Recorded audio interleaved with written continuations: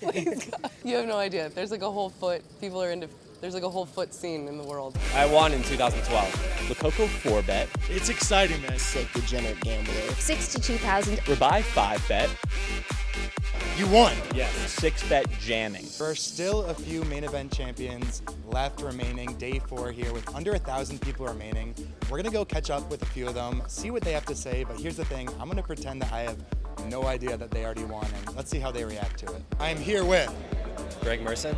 and there are less than 1,000 people left in the main event. Congrats on making day 4. Did you ever think you could go this far in the main event? Day 4, that's unbelievable. Yeah, I mean, this is my 5th main event cash now, so this is, I think, the 3rd time I've made day 4. 5 cashes, that's pretty impressive. Do you think you have what it takes to go all the way to the final table? Yeah, I mean, I have, like, the experience definitely helps. So you had 5 cashes. What was your best cash of the 5? I won in 2012. You won? Yes, yeah. You're kidding. No, You're pulling my leg. You won? Yeah. I thought you were teasing me. I'm totally teasing you. Okay. You were so nice about it. Yeah, okay.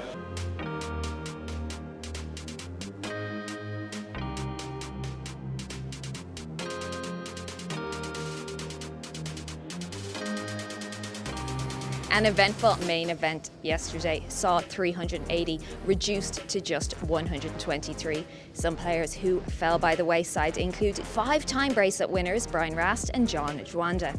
The remaining players are all now guaranteed $62,500, but the pay jumps today are extremely significant. The final 80 will take home over 100K, while all of those who survive until end of day today will have locked up over $200,000. In the past 24 hours of the World Series, we've seen some insane hands. Yesterday we had a hand between Alejandro Lococo and Kareem Rabai. The flop was 7-8-9. Rabai bet flop, Lococo raised, Rabai 3-bet, Lococo 4-bet, Rabai 5-bet, and Lococo tanked for 6 minutes before 6-bet jamming. Rabai ended up folding his hand, and Lococo showed ace-jack for a bluff. Wow. Here with Cedric Trevino, aka the Poker Traveler, who is still alive in the main event on day 6 with over 5 million in chips. What's it like? How you feeling? It's exciting, man. You know, we've been here for a long time. We were getting some fatigue. All the good energy around here just keeps us up. We have a coffee, we have a tea, and we're good to go. Being a poker blogger, how does that change how things are? Are you thinking about the content, or are you just thinking about playing your best game? No, you know what? At the beginning of the trip, I was recording a lot, but in the main, I've just pretty much been focused on playing. I am joined by Mikki Mase, and if you guys don't know, you've been missing the Hustler Casino live stream because, first of all, Mikki, you very famously bluffed Garrett Adelstein in like the craziest, sickest spot that had the whole poker community talking. So how did you find yourself in this space to begin with? Well, I've been like a sick degenerate gambler for like 25 plus years, since I was a little kid, a thick bloodline of gamblers, so it was always something I was around. My neighborhood was, all like mobsters and wealthy Jews, and so illegal gambling was something super prevalent my entire life. As I got older and I started to make more money in business outside of gambling, I had more money to fund my gambling. I wasn't always a profitable gambler, I was just like a sick degenerate. And then as I started gambling high enough stakes that it was worth paying attention to is when I really took a deep dive into the games itself that I was playing until I can try to find the best solution to help me maximize my edge. I am here with the last woman standing in the main event 2022. Effie, what does this mean to you? I mean, it's a massive achievement. Yeah, it's pretty cool. I didn't expect it, so I'm quite pleased. Where are you from? Because we're wondering what your story is. Oh, I'm Greek originally, but I live in New York. You play a lot of poker.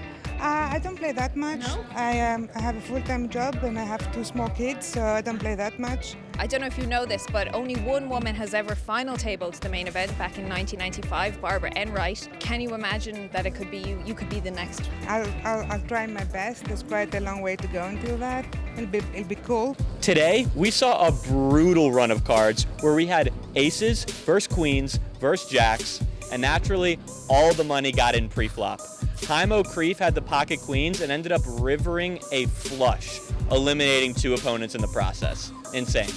I'm Lara here with Jinho Hong, who has just won the Hall of Fame bounty at the World Series of Poker for his first WSOP bracelet. I see you patting your chest there. Is it very emotional? Yeah, I'm just so happy. my head is empty now. I'm very nervous, but I'm just so grateful that I just received the bracelet. Now you came into today as the chip leader. How did you feel then? Did you feel confident that this could be your moment, or was there a lot of pressure on you? 칩은 굉장히 좋은 상황이었지만은 I mean, it was good that I was chip leading, but there's a second chip leader sitting directly to my left, so it was pretty tough to deal with that, but I think that's what it was. And what many people might know about you is very interesting. You're an ex-StarCraft gamer, much like your other fellow GG ambassador, Elke. I've heard you say that you think that brings a lot to your poker game. Can you tell us a little bit more about that? It's good that since we're both pro gamers and now transition to poker, we can discuss about hands and all that stuff. But usually the foreign scenes are a lot better than the Asian scenes, especially Korean scenes. Korean players are still slightly left behind due to language barrier and all the skill levels. But it's good that I finally achieved something for Koreans. Finally, you're having a very successful trip here in Vegas this year because you also had a very big win at the Wynn Summer Classic for your biggest cash ever. But is this one particularly special because it was for a bracelet? The Wynn Classic obviously has more prize, but for me, bracelet event is a lot more meaningful to me. And I hope for in the future, I hope a lot more Koreans, keep on trying to get the bracelet and then help our country grows.